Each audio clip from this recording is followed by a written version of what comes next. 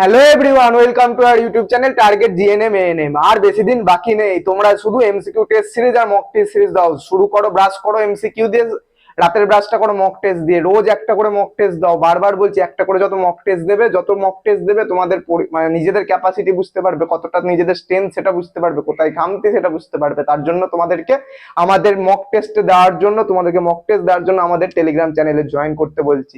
তার জন্য যার ডিসক্রিপশন বক্সে, ইউটিউবের ডিসক্রিপশন বক্সে যার লিঙ্কটা অলরেডি দেওয়া আছে, গিয়ে জয়েন করে হ্যাশট্যাগ দিয়ে মক টেস্ট লেখো। তোমাদের জন্য মক টেস্ট এর কোশ্চেন আপলোড হয়ে যাবে। চারজন, বারবার বেশি কেউ দিচ্ছ না, মাত্র 15 থেকে 20 জন দেখছি মক টেস্ট দিচ্ছ। তাদের রেজাল্টও ভালো হচ্ছে। তারা আশা করছে 15 জনের মধ্যে 14 জনা তো কনফার্ম পাবে।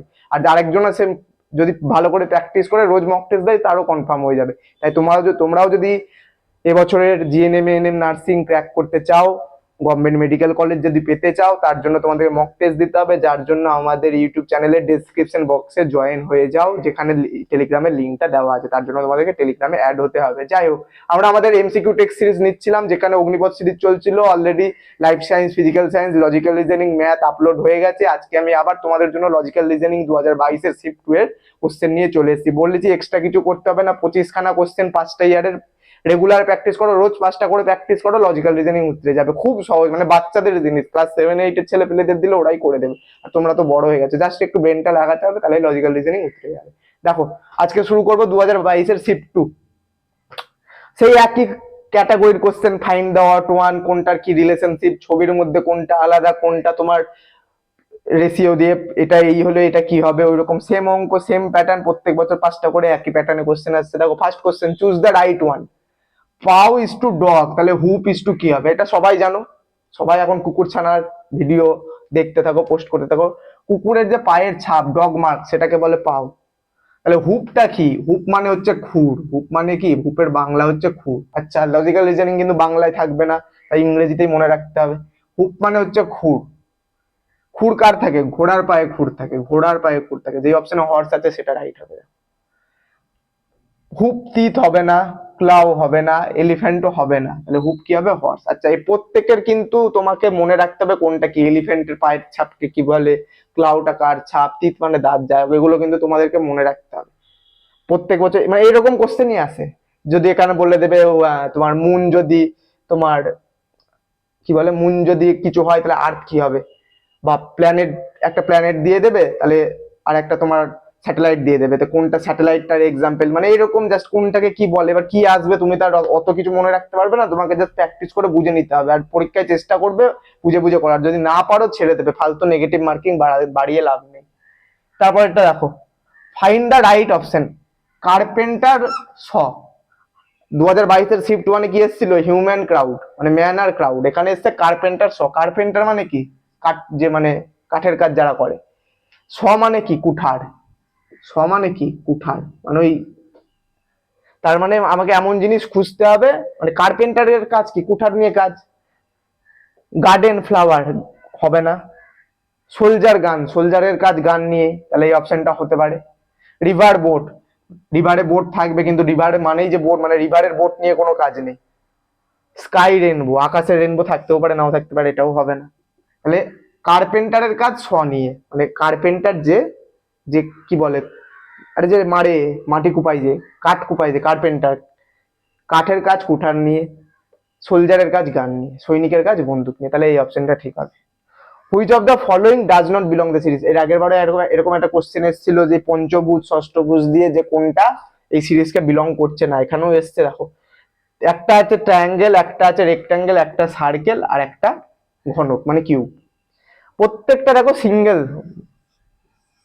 1D 2D ইমেজ, কিন্তু এইটা দেখো সব 3 ডাইমেনশনাল। ঘনকটা কি? 3 ডাইমেনশনাল ইমেজ, এগুলো সিঙ্গেল ইমেজ। তাহলে এখানে কোনটা? সব 2D, আর এটা 3D। তাহলে এই অপশনটা আলাদা। এই অপশনটা এই সিরিজকে বিলং করছে না, তাহলে এই অপশনটা আলাদা। তাহলে আমার কোন option, which of the following does not belong the series? D. তারপরে দেখো, ফাইন্ড দ্য অড। এটা তো আরো সহজ। এটা যদি মানে এটা যে কি বলবো, একটা 1-2 এর বাচ্চাকে দিলেও সে বলে দেবে এটা কি হবে। Pen, pencil, book, notebook. Find the odd. Pen, pencil তো মোছা যায়, তাহলে বুক তো বুকই থাকবে না। নোটবুক মানে খাতা, কপি, সেখানে পেন ইউজ করছো, সেখানেও পেন্সিল দিয়ে লিখছো। বুকটা আলাদা, তার মানে ফাইন্ড দ্য অড ওয়ান, বুক। বুঝতে পারলে? পেন পেন্সিল নোটবুক, আরে কপি কপি নোটবুক মানে খাতা, যাকে বাংলায় খাতা বলে। সেখানে পেন দিয়ে লিখবে, সেখানেই পেন্সিল দিয়ে লিখবে। বইয়ে কি পেন দিয়ে লিখবে তুমি? বইয়ে কি পেন্সিল দিয়ে লিখবে? বই কি ইউজ হয়? ইঙ্ক ইউজ হয়। তাহলে এটা হবে না। তাহলে find the odd one, book is odd. লাস্টেরটা এর আগের বারও মানে 2022-এর শিফট ওয়ানেও কিন্তু এরকম একটা কোশ্চেন এসেছিল তীর চিহ্ন দিয়ে। এখানেও সেই তীর চিহ্নেরই কোশ্চেন, দেখো সেম প্যাটার্নই হবে। এক মিনিট দাঁড়াও, সেম ভাবেই হবে। হ্যাঁ দেখো, ফার্স্টের তীর চিহ্নটা গেছে এরকম মানে জেড, সোজা জেড, তারপরেরটা গেছে উল্টো জেড, তারপরে দেখো আবার সোজা জেড আবার উল্টো জেড। তার মানে এই এই যে অ্যান্সারটা হবে এটা অবশ্যই সোজা জেড হবে। ছবিটা ঠিক এরকম থাকবে, যার তীর চিহ্ন এখানে এখানে থাকবে। ভালো করে দেখো, এইটা নর্মাল জেড গেছে, ওটা উল্টো জেড গেছে, এটা নর্মাল জেড, এটা উল্টো জেড, এটা সোজা জেড। ঠিক আছে, তার মানে আমার অপশন যেখানে সোজা জেড আছে সেটা হবে ঠিক। এইটা দেখো উল্টো জেড আছে, হবে না। এটাও দেখো উল্টো জেড আছে, এটাও হবে না। তাহলে মানে আমার অপশন থাকবে এ আর সি এর মধ্যে। এইবার দেখো দাগ কটা আছে? একটা, তারপরেরটাতে দুটো, তারপরেরটাতে তিনটে, আবার তারপরেরটাতে একটা চলে এসছে, মানে দাগটা কিন্তু তিনটেতে শেষ, চারে যায়নি। তার মানে এখানে একটা দাগ এসছে, তার মানে এরপরে ছবিটাতে কটা দাগ হবে? দুটো দাগ। মানে উল্টো নর্মাল জেড হবে, সোজা জেড হবে, দুটো দাগ হবে। এ দেখো সোজা জেড চারটে দাগ, হবে না।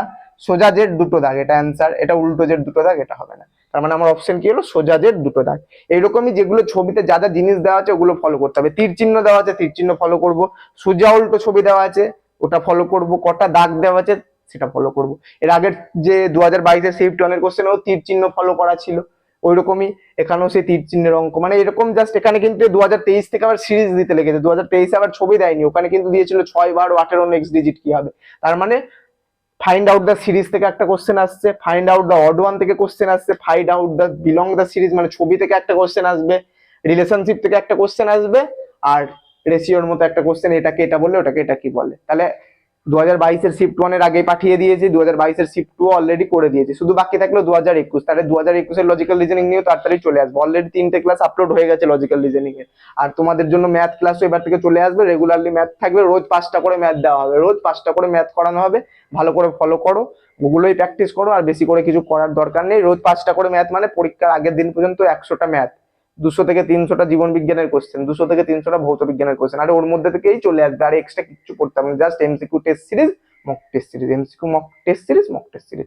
ভিডিওটা ভালো লাগলে লাইক করো, শেয়ার করো, সাবস্ক্রাইব করো। আর টেলিগ্রামের লিঙ্ক কোথায় পাবে? বারবার বলছি টেলিগ্রামে জয়েন হতে, দয়া করে বলছি টেলিগ্রামে জয়েন হয়ে যাও, 15 দিনের জন্য জয়েন হয়ে যাও। তার লিঙ্ক কোথায় পাবে? টার্গেট জিএনএম এএনএম ইউটিউব চ্যানেলের ডিসক্রিপশন বক্সে। চলো ভালো করে পরীক্ষা দাও, all the best, tata, by.